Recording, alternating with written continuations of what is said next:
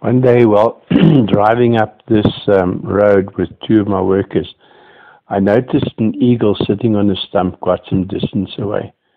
So what I did is I took out my cell phone and I took a photograph expecting it to fly away. But I got a little bit closer, it still sat on the stump and just stared at us. I took another photograph and then another one. Eventually we were right at the eagle, so I climbed out of the truck and walked across and just picked it up. Took it back to the truck and put it onto the seat. At this stage, I thought that maybe the eagle had been injured in some way. So we drove back to the lodge, and when we got back to the lodge, I checked the eagle, its wings, its body for bullet holes.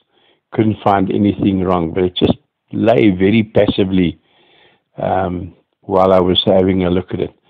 I called one of my neighbors who's quite experienced in wildlife.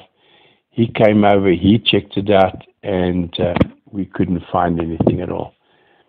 But once I'd done that, I slipped my hands off of the wings and allowed the eagle to have its wings free. And then it just all of a sudden just took off and flew into one of the thorn trees, stayed there for a while, and then gradually flew off into the distance. The following morning, our chief game ranger gave me a call and asked me if I would go and remove a dead puffadder off one of the electric grids, which I did. And at that stage, it dawned on me that maybe the snake eagle had been shocked, that he tried to pick up the puffadder and he'd got one hell of a shock, and that is why he was so placid.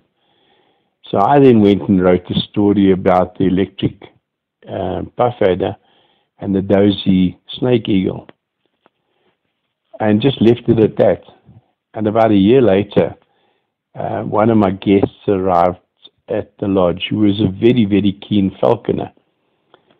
Anyway, while relating the story to him, he said, and telling him what my assumption was of the end result, he said, no, forget it. He says the problem with snake eagles is they get mesmerized. It's one of the reasons why they cannot be used in falconry, is because if you stare at them, they'll stare back at you, but it just stops them from taking any action.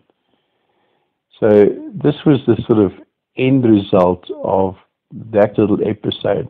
I thought of going back to the blog and rewriting the story, but I thought, nah, it's much more interesting for people to think it was electrified.